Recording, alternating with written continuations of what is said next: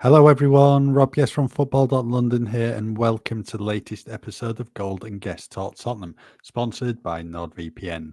Joining me as ever, it's Alasdair Gold. You well? Yeah, I am now. Thank you. I hope you are too. My eyes have recovered from watching what I had to watch on Wednesday night. Wow. But hey, Spurs are through. They're 2 rounds further than they were last season in the competition. So just about escaped and got there, but it gives us loads to talk about. Yeah, I mean, I said on the last podcast, don't underestimate Coventry at all. Cov. And Technically, you said Cov. we'll go with Cov then. And everyone backed you up. Everyone I spoke to said, Yeah, that's absolutely normal. I don't know how I've escaped never hearing that word. It's really weird. yeah, everyone calls them Cov. Yeah, no, I know that now. And they also said, like, team selection, don't make too many changes because it'll ultimately backfire. And that's almost what happened. Yeah. Spurs got out of jail big time there. And I mean, they could have potentially been 3 or 4-0 down before Djed Spence scored. Yep. Yeah, it was dreadful. You can laugh about it now because it didn't happen in the end. It's one of those weird ones where they did get away with it. So all of the risks he took with the lineup ended up working. They shouldn't have, and we know that by the way the game played out. But technically, they go into the Brentford game now with Romero, Van der Ven, Vicario, who else? Someone else. Well, technically, Maddison, Son, and Udogie aren't going to be that kind of knackered either. I feel like there's another. Oh, Pedro Porro. All of these players are going to be fresh going into this game because the risk just about kind of took off or paid off. And I understand partly still why he did it. I do think there's a side to him that just thinks, I'm sorry, but I've got to give these players minutes. Otherwise, these Europa League games are all going to go that way as well. They need to get sharper. But my goodness, some of those performances, some of those players we're going to talk about were absolutely dreadful, some of them.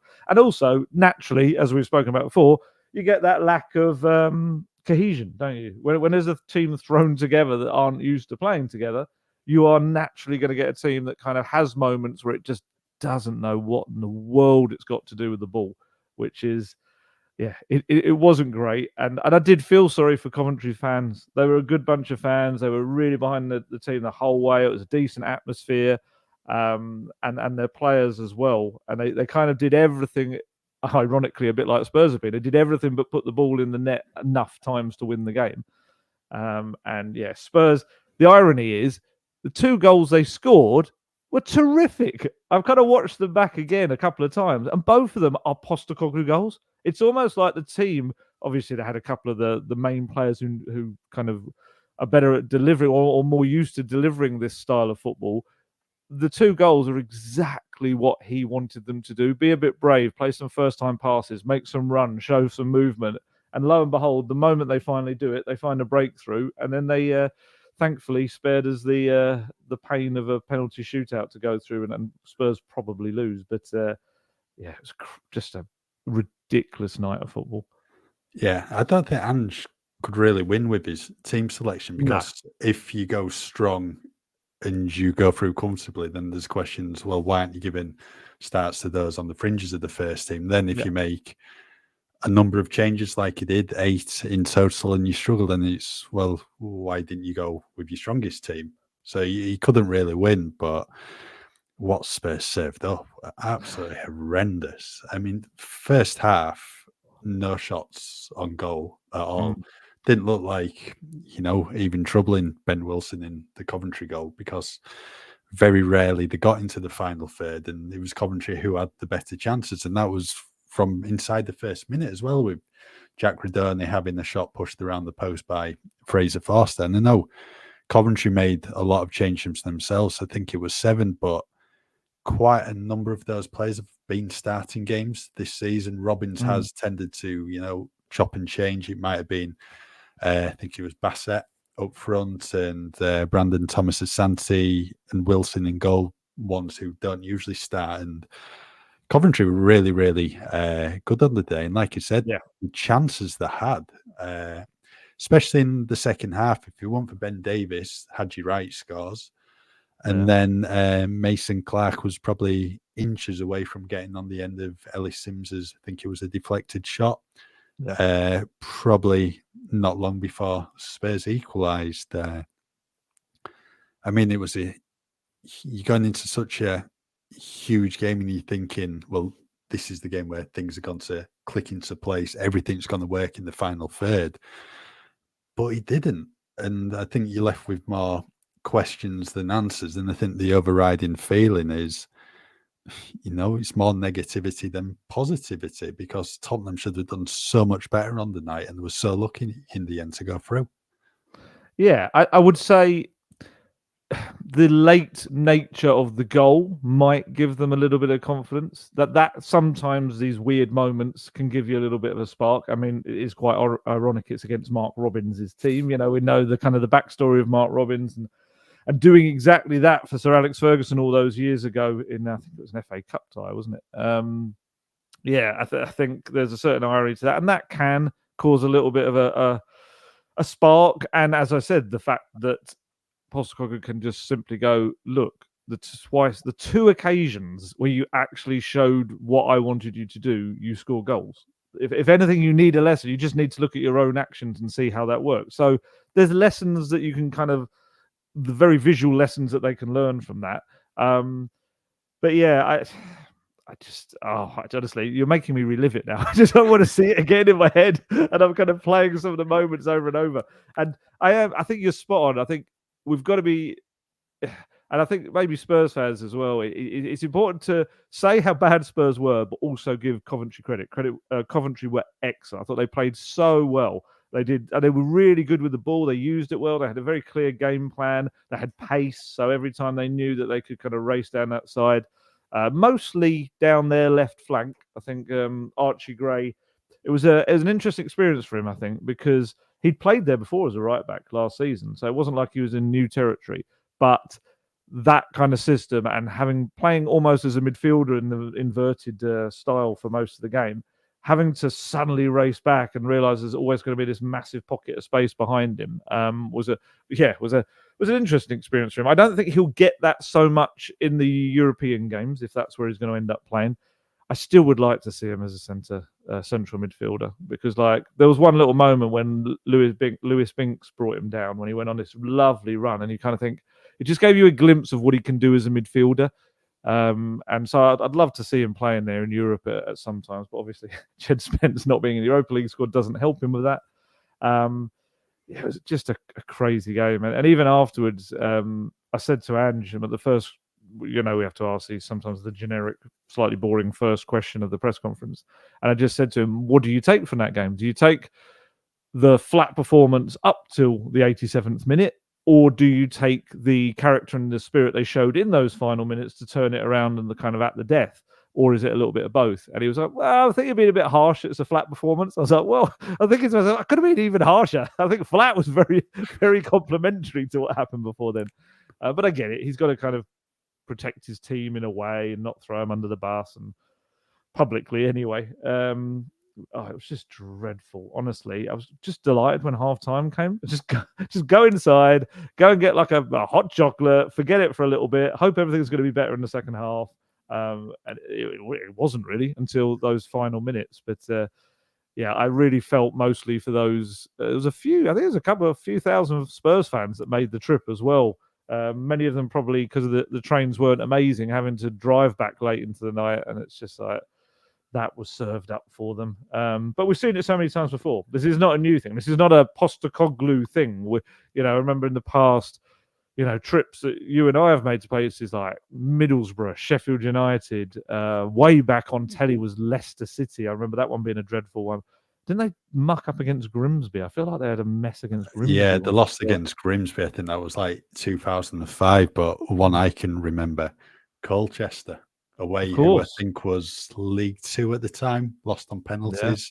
Yeah. Troy Parrott and Jaffett's debuts that night and everything. Yeah. But I did think this game against Coventry was going to go the same way as the Sheffield United and Middlesbrough games, pretty much a carbon copy. Spurs just not doing enough and look like they were going to be punished. But as we said, they got out of jail. They did. They found a way. And that is, I know we're going to be naturally focused on the horrendous kind of aspects of the performance up to that point, but it is something. They did something different. They found a way through. however it came and however lucky they were maybe in the 20 minutes or so before it to get there, but they found a way through. And it just shows you, like last season against Fulham, it was all on a knife edge and it went the other way. And it's just sometimes these very, very fine margins in football. Just shows you how ridiculous it can be. Yeah, one of the players who helped turn things around, Djed Spence. I think a lot probably expected him to start the game, especially with him not being in the Europa League squad. But Ange said after the game it was already pre-planned for Destiny Udogie to play 45 minutes. Someone who I thought probably was one of the rare bright spots in the first half. I thought he had a decent display. Jed came on for him at left back and did his bit defensively, but also going forward as well. Not long before he scored, some persistent play from him down the left created an opportunity for Decky, and Ben Wilson saved really well, low down, and then the equaliser, really, really well worked goal. As you mentioned, Decky's going to get a lot of praise for getting on the ball at the edge of the area, turning and prodding it through to Spence. But I thought James Maddison played a big role in that as well, with a lovely ball with the outside of his right foot between two Coventry defenders as well, just to open things up. And then, credit to Jed as well, really good run into the box and finished it well. And thankfully, Tottenham went on to get the winner after that. Yeah, like I said, the goal was everything that Postecoglou wants from them. I think it was Bentancur. Was it? I think Spence got it, went down the wing, stopped, passed it back to Bentancur. Bentancur found Maddison, and Maddison played exactly what Spurs were crying out for, a first-time pass between the lines. And that just opens everything up in an instant if you're going to do that. And Decky had shown the movement, and I love the fact that if you kind of watch it closely, not only is it a terrific pass into Spence's path, it's a nutmeg pass as well. It's a really clever pass. And then Spence does really well because he's being pushed over. He's being his real kind of physical effort to try and get his foot to it and prod it home. Now I thought it was really good, Jed Spence. I think it did make an absolute mockery of the decision to leave him out of the Europa League squad. It just looks even madder now because you can see what he would bring to those 8 games in these group stages, and also another player's performance we're going to talk about that wasn't particularly impressive, who was chosen over Jed to be in the squad. I get the pre-planned nature of it. I think we were all a bit, like you say, a bit like, what? Why is he not starting? This is like the one game he can probably start. But I guess the logic in giving Udogie a little bit of minutes because he's still finding his way back from the injury, and that does, and he had no preseason. It makes sense. I get it. And apparently there was a camera shot. I didn't see it because obviously I was trying to desperately sprint inside to get away from what my eyes had just seen. But apparently you could see Postecoglou saying to Jed Spence, "Get ready. Like, we're going to need you now." So that was, I think he said something similar in his interview afterwards. So yeah, he did the job exactly asked him. There were a couple of defensive moments where, of course, he's going to have space behind him, but he actually had a lovely interception in the Spurs box. He raced back and made a really important interception. But he was just a constant threat, and I love the fact that he's actually showing that he's an option on the left as well. And it's not going to work every time, and we've seen it even in pre-season. It's going to be difficult for him at times to defend on the left how he's been used to on the right.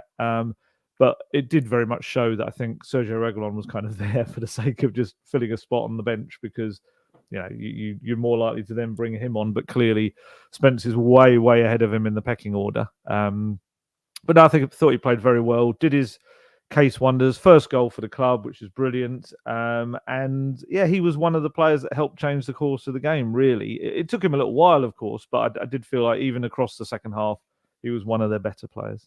Yeah, I think he's certainly given Ange something to think about, but I still don't see him getting ahead of Porro or Udogie just yet. And like you said, it's just a crying shame he can't play in Europe because absolutely perfect for him. One player who was a bit of a talking point in regards to that Europa League squad, Fraser Forster. I mean, you mentioned a couple of times if you're going to leave someone out, it probably made sense for Fraser to be left out with goalkeeping cover already at the club. It was his first appearance since that Fulham game last August in the Carabao Cup, and he certainly looked like someone who had not played in 13 months because of that injury, that fractured foot he suffered in February. He's not even played in pre-season, was missing on the opening weekend against Leicester, and he struggled. Let's be honest, even from the first minute, that what looked to be a simple pass out to Lucas Bergvall got the pass wrong. That created the opening for Radoni. He made a good save from Bassett at the start of the second half, but I can remember him coming for a corner and dropping it. Quite a few times. Yeah, this was one of them. Was certainly a few minutes before Haji Wright almost scored, and that was just Fraser coming out of his goal, just getting his wires crossed with Radu Dragusin, just going straight into him. That presented the open goal for Haji Wright, and if it wasn't for Ben Davies's interception, I don't think we're talking about Tottenham going through in the cup. No, it was like when you're kind of having a kick around with your mates and someone says, "Oh, I'll go and goal, but I haven't been in for ages." And it was a bit like that. I mean, look, to be absolutely fair to him, he made a couple of important saves. So you've got to flag that up. One of them, admittedly, yes, was from his own mistake early in the game with the terrible Bergvall pass. But it was the... I think he was trying to make a point of saying, I am dominant in my box. I'll come out and claim crosses and corners. And every time, or not every time, that's an exaggeration, but maybe I'd say 2 to 3 occasions, he just, like you say, fumbled the ball after grabbing it. He was very fortunate that people weren't able to really react around him. Maybe they weren't expecting it, and he was able to gather it the second attempt, but his handling was terrible, and his distribution was bad. And that moment when he started to sprint out, and I think everyone collectively in the press box is like, no, you're 36 years old. You're never going to make it. Don't do it. And he kind of committed to it, and he had to do it. And initially, the entire crowd and all of us thought, well, he's wiped out the player. That's it. He's going to get sent off as well. Spurs are going to have 10 men. I didn't realise that it was so bad what he did when you saw it in slow-mo. He doesn't even touch the Coventry player. He just wipes out Dragusin. He wipes out his own person. And yeah, thank goodness for Ben Davies. Otherwise, that's probably game over. Yeah, he just looked exactly what he is. Someone that hasn't played a competitive game for more than a year. Someone that had been out injured for at least 6 months with that fractured foot. He looked so rusty, and it does throw the spotlight on the Europa League squad because, yes, I'm sure Ange will say he'll be sharper now. He'll have the benefit of that 90 minutes under his belt. He'll be better if he needs him in the European games. But when you look at a squad that will have 4 senior goalkeepers, and Luka Gunter as a young option as well, and you're looking at Djed Spence bringing what he brought, and you just kind of think, was he really that necessary? And do you really believe that little in Brandon Austin, that he can come in and do as well, if not better, than Fraser Forster did the other night? It's just makes it look even a stranger decision. I think for me, you're now looking at signing a new backup goalkeeper at some point soon, because Forster's going to be 37, I think, in March. You've got Austin and Whiteman, who don't have a lot of first team experience to the name. None at Spurs. I think Whiteman got 5 minutes or so at the end of one Europa League game. He replaced Joe did, Hart. Yes, you're quite right. Yes, he did. I can't remember who that was against, but the majority of both of their football has come in Scandinavia. We've just never seen them in a Spurs shirt in a competitive game anyway. So yeah, that's something I'd be looking at going forward. And then it just raises the question as well: is Vicario going to play every Europa League game? Or is Foster going to get some opportunities? I think the only thing I'd say about the Europa League games is you've got 8 chances rather than last night was a one-off, which I think we thought maybe Vicario would have played last night because it was a one-off. Whereas, I mean, the way the group's set up is now, you can easily mess up a few games and still comfortably go through because, you've just got to finish in the top. There's 8, isn't it, of the overall main league. But yeah, it's just, I 100% agree with you. I think a new kind of keeper to challenge Vicario for the long term, I think, has to come in. Brandon Austin, handed a new 5-year deal at the end of last season, and that kind of looked like a bit of a statement in his head that he was going to maybe even be the number 2 this season, and that clearly hasn't happened. I'd imagine that's there for him for the long term, as it would seem maybe a third choice for the years to come, which, it's... I was so disappointed in Forster last night. I was kind of thinking, well, at least he'll be solid. At least we'll see that. And he wasn't even solid, which is hopefully he blew off the cobwebs. Maybe that's what that performance was about. But it was not good. I mean, it must be hard for a goalkeeper, second choice one anyway, when you know you're just not going to get the minutes unless someone's injured. And yeah, you could certainly see that he played one game in 13 months. So Spurs managed to go through in the end, courtesy of Brennan Johnson. This was another really well-worked goal as well. Rodrigo Bentancur key to it. I think it was Victor Torpy dispossessed and then just played a lovely through ball to Brennan Johnson, who ran on and did the rest. Johnson didn't have that much of an impact, especially in the first half when he came on. I think he went close in the second half with an effort which was probably Spurs' first one on goal. Yes, I think it was. Yeah, this was not long after the second half. But I think a lot picked up on his celebration or lack of celebration after he'd scored. But I think for me, I can understand why he didn't celebrate. I mean, a bit embarrassing, really, getting out of jail. Point to Manchester United against Coventry in the FA Cup semi-final. United went through on penalties in the end. None of their players celebrated. They knew they were lucky in the end. So I think it's quite understandable why he didn't celebrate. But did you see the footage of him after, when I think he was pushed towards a crowd to clap the fans? I haven't seen it. I've heard about it. Yeah, just a couple of claps and then quickly turned away, which wasn't the best thing, the best look. I can kind of see two kind of sides to why you wouldn't do that. First off is exactly like you say. Yeah, you don't celebrate wildly after snatching away a victory from a team in a lower division when you really shouldn't have. I get that, absolutely. And I kind of... Yeah, it's a difficult one. I think I can understand the fact that he will feel that he's been abused and he's had like all this rubbish stuff on social media kind of towards him, and I understand that. What I would also say, and it's probably something that maybe someone around him would need to say, those travelling fans, I'd say it's a microscopic chance that any of those are the type of people that would be abusing him online.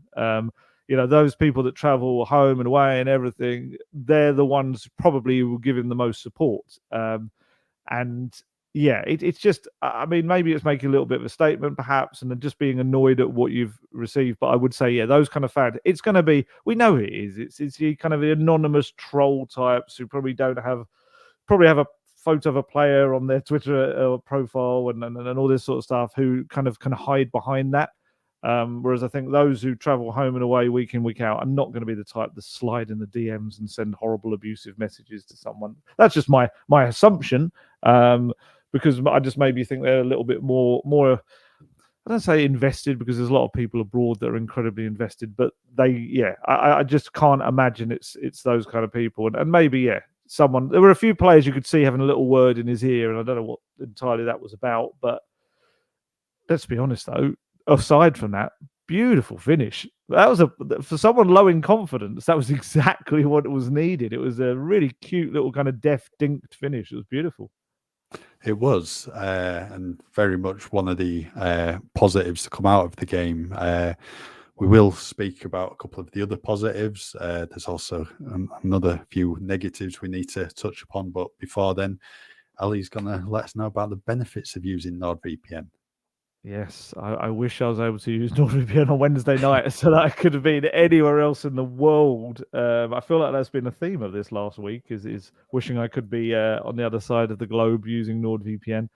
And that is because NordVPN, it's something that I've used so much over recent years, whether it be through work or through holidays, the occasional holiday I might have once in a while, and using it to be able to watch things I would normally watch back home in those little moments of downtime. And just also the other way around, if I'm in the UK watching stuff or being able to access things from abroad that you can't normally, because you can set your device to thinking it's in a different country, which is one of the great aspects of NordVPN.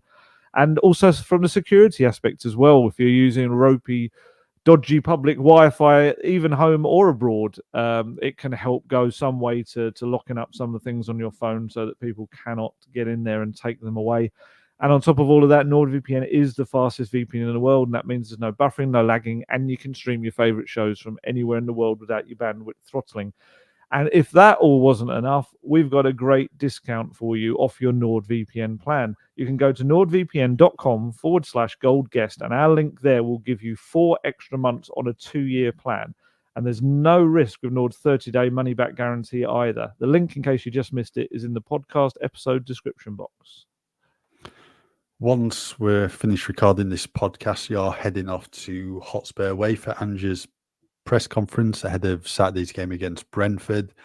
During that press conference, we're likely to get updates on Wilson Odebear and Timo Werner. Odebear went off after about 17 minutes, went down holding his hamstring. It looked to be when he was tracking back to have done it. And then Werner, that was about 15 minutes from time. He was replaced by Decky, who did make a big impact in the end, but if they are going to be out for a decent spell on the sidelines, it certainly leaves Spurs a bit short in those wide areas. Does potentially opens the door for Mikey Moore to get some minutes. We talk about the Europa League games, and if you're going to rotate your wingers, it's only Mikey Moore really, because you're presuming Decky is going to be this deeper midfielder now, especially after what Postecoglou said in the week about him having such a huge upside in that position. I'm so wary to talk about Timo Werner because I know where my brain and mouth is going to go with it. Because do you remember against your lot? Do you remember when Harry Winks came on and had one of the worst cameos ever, probably, and he just everything just went wrong for him? This was up there with that Timo Werner's performance. Oh my goodness, it was just dreadful. The only positive I can give him was a sliding block in his own box that he did. Even that, I kind of almost hurt himself from it. He struggled to get up from that, but he just never took on his man. He lost the ball 3 times. Didn't have a single key pass. Didn't have a single dribble. Didn't have a single shot at goal. Just it sounds awful to say, but when he went off injured, had they stuck with 10 men, you wouldn't have known he wasn't there. They could have continued to play with 10 men, and it would have made no difference whatsoever to how they were with Timo Werner. It's such a shame because I think all of us thought back in May, towards the end of the last season as well, okay, we could understand if they extend the loan deal or bring him in for longer, because he kind of provides you with exactly what Postecoglou wants. He gets to the byline, he pulls the ball across, and he's done it over and over and over again, a bit like a machine, and that's great. Unfortunately, with every kind of performance we've seen thus far in the Premier League, I mean, it's only 2, 3 maybe times he's come on, he hasn't justified it at all. If anything, he's made it look a bit daft. He's made it kind of look like, well, why have you wasted a kind of a space in the squad on him? Because, look, I'm hoping a little bit like Forster. Obviously, he's got an injury now, but maybe the extra minutes will help him, and learning from what he did wrong on Wednesday night as well might help him, where we get to see little moments where he does contribute. Because obviously there are so many European games ahead, but my goodness, that was an absolute stinker of a performance. If anything summed up the night for Spurs, I think it was Timo Werner's display. It was dreadful. And yeah, it looked like potentially another hamstring injury for him again, which is not good. And Odebear, I wouldn't say Odebear was much better, to be honest. I know he was only on for 17 minutes and he's 19 years old, so I don't want to go in as harsh as you would on a Champions League winner in, what is he, 28?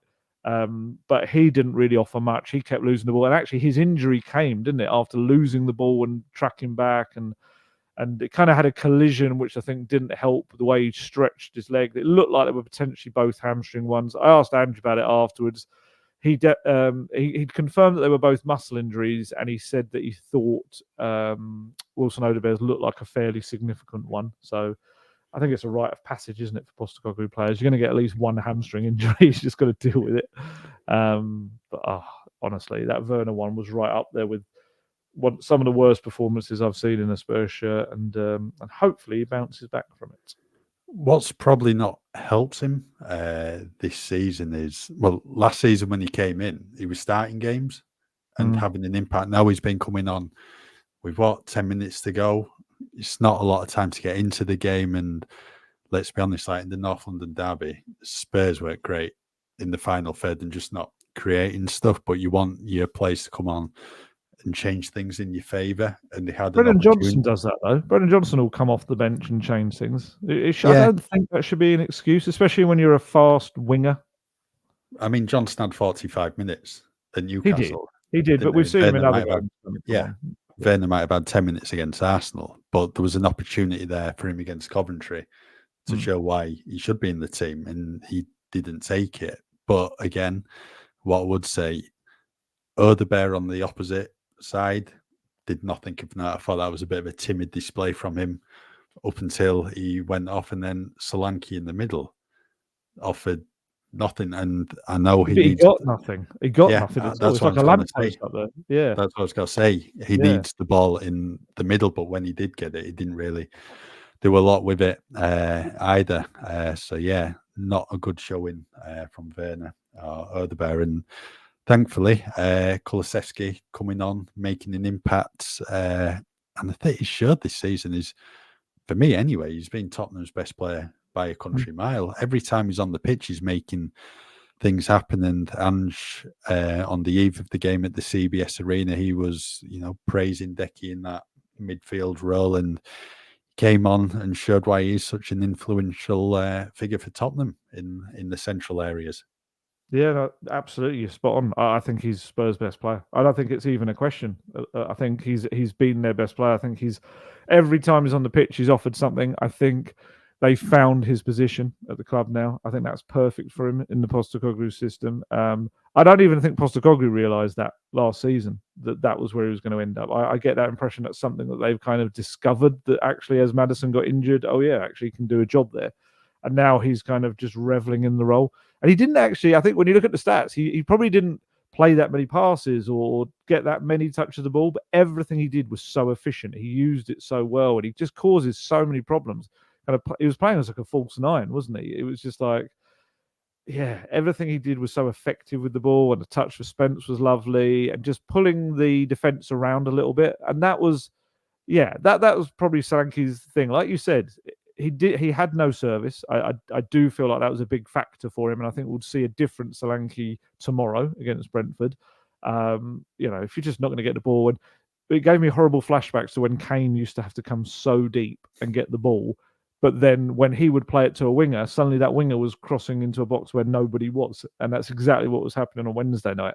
I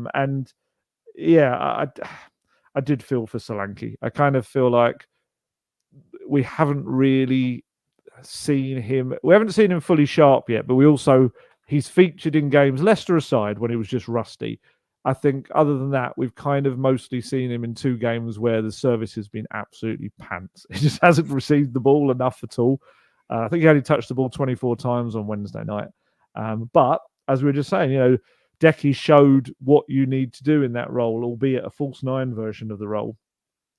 Just causing problems for the opposition. And I think those attacking areas continue to be the area of most growth, which, you kind of look at it and you think, should it be a year on? I think that is a valid question. Should it, a year on, still be an area where we're looking for more from it? And also having 2 wingers now out is going to cause them problems. But out of these things comes opportunity. And like I say, Mikey Moore could come in, he could get 20 minutes or so from the bench against Brentford and do something amazing. He could start against Qarabag, do something amazing. He's got it in his ability to do it. I know he's only 17, but you and I have seen a lot of him, and he's just got that little bit of magic. As long as they don't, I can understand the plan with Mikey Moore, that we're seeing so many of these young players now that are burning brightly on the scene, and then they're dropping away. Barcelona have a couple that have kind of started very brightly, and we haven't seen too much of them, or as much of them, then suddenly after. So I can understand why you don't want to burn these players out too young by overusing them, but I do think this represents a good opportunity for him to kind of show what he can do at this level. It was such a perfect chance, really, for Ange to bring Mikey Moore in those closing minutes, because nothing was working, and you need to try something. So why not throw the 17-year-old on who's got no fear? He's got, pace, skill. He Who can make. instead of, though? I don't know. Tough one then. That really. Probably only Sonny, isn't it? It's probably instead of bringing Sonny on, which is a big move. Yeah. Well, I can understand him bringing Decky on for Werner in those. He was coming on anyway, wasn't he? Yeah, and probably the pre-planned substitution of Spence for a doggy doesn't help you out because then you've used one of your subs as well. But yeah, it just seemed like an ideal game really to throw him on the closing stages just to try and make things happen. But I'm sure opportunities will come his way over the coming weeks. One other rare positive for Tottenham on the night at Coventry, Lucas Bergwall, first start for Spurs. Good performance, I thought. Always looked to show for the ball, get on it, try and make things happen. I thought he used it well. Maybe could have played it forward a bit more, but then again, I think you need the movement as well from the wingers, and that which wasn't always the case, especially in the first half. But I think he's showed Ange that he can play a big role in this Spurs team. But Maddison coming on, having an impact, Kulusevski coming on and having an impact, I think he's just going to have to bide his time on the bench to begin with. Yeah, it's exactly the same as with Jed Spence, isn't it? It's like, brilliant, you've done really well and you've proved that you're an option now. That's great. But actually, the other players that are kind of playing the position you've played have come on and done very well as well. And like you say, I agree with you. I thought a doggy first half was very bright, actually. It kind of showed that he's starting to find his sharpness. Lucas Bergwall did really well. He started a little bit nervously, and I don't think that if he passed from Forster helped him. I think that kind of knocked his confidence a little bit.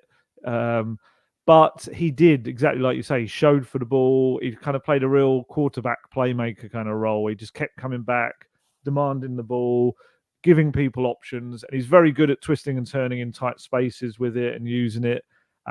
I agree with you. I did feel like I wanted a few more forward passes, but absolutely also agree with you that I think the movement was rubbish. There was so little movement around him.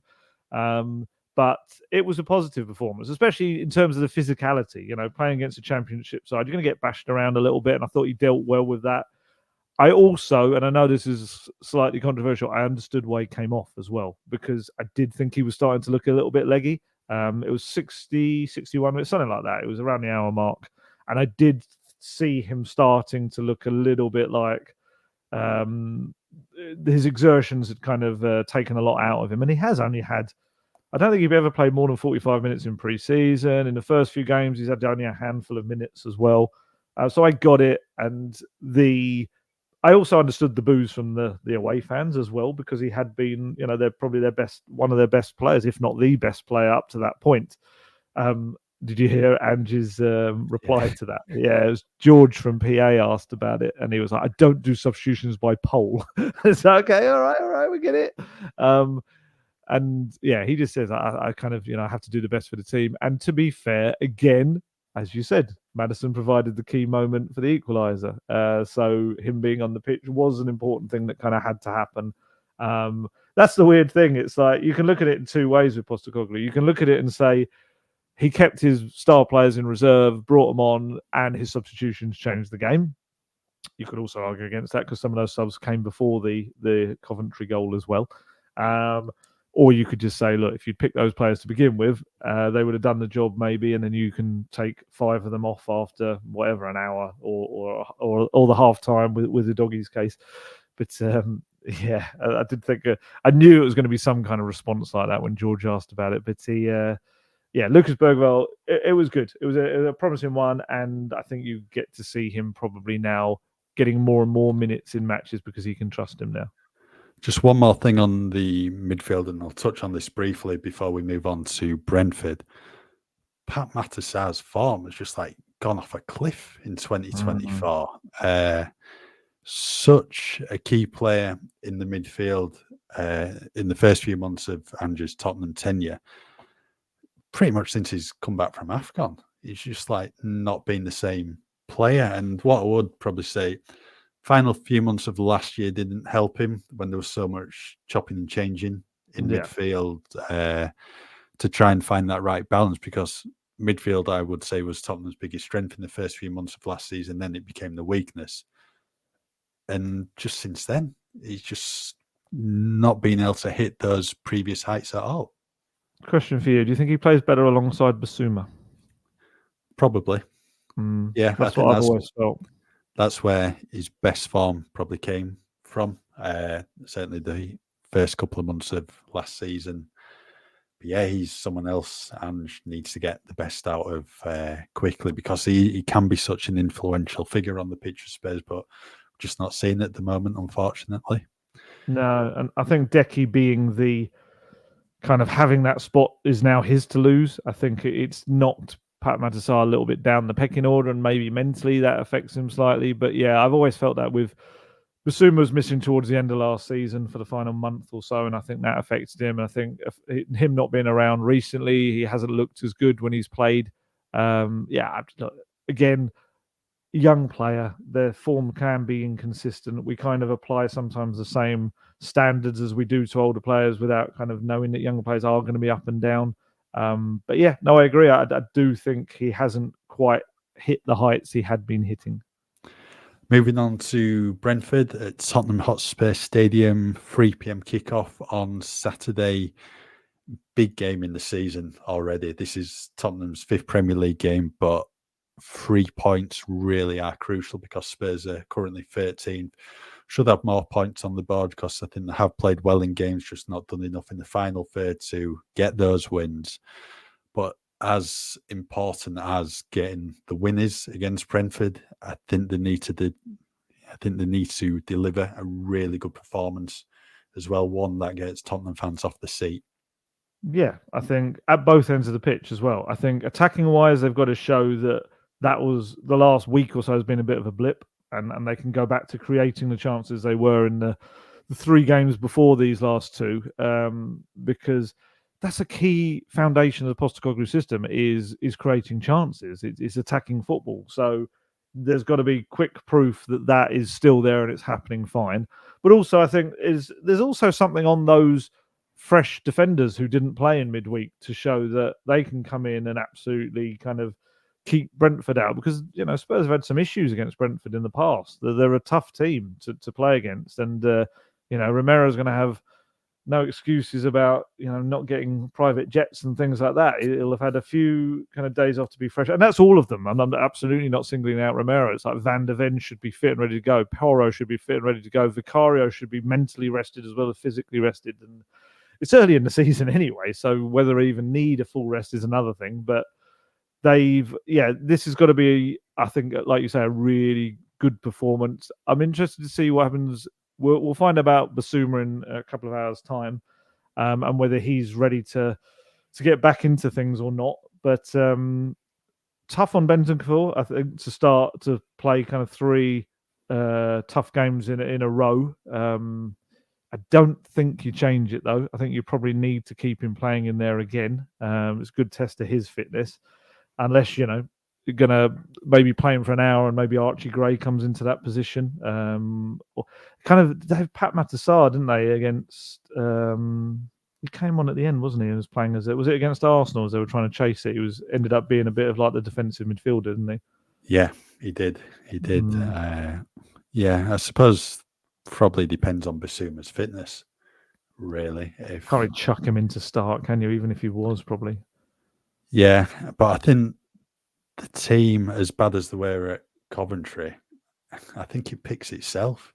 Bergvall and Spence played well, but they're not going to get ahead of Porro, Doggy, Kulusevski and Maddison. So I think it'll be, as usual, Vicario in goal, Porro, Romero, Van der Ven, Doggy, probably Bentancur, and then Maddison, Kulusevski, Johnson, Solanke and Son. I don't think there's any kind of debate there, which means he'll probably change it, but I can't. I'd be surprised if he veers away from that. And he needs them all to perform. They need to put in a performance a little bit like the Everton one, that is just convincing from start to finish. I think that's the key thing, especially as you've got a European game, which of course we'll see now, which you probably have to change a few, and then obviously it's the big game at Old Trafford as well, which they need to go there in some kind of good form. So yeah, it needs to be a big one on tomorrow. It's come around so quick. It's mad that it's tomorrow. I think this is the game like they've got to win. So you mentioned Manchester United. Then there's 2 European games in there, either side of the United game, and it's Brighton away. Brighton have started really well this season as well. So yeah, we'll be back early next week to reflect on the Brentford game, and hopefully we will be talking about 3 points. But in the meantime, just keep with us at football.london for all your latest Tottenham news.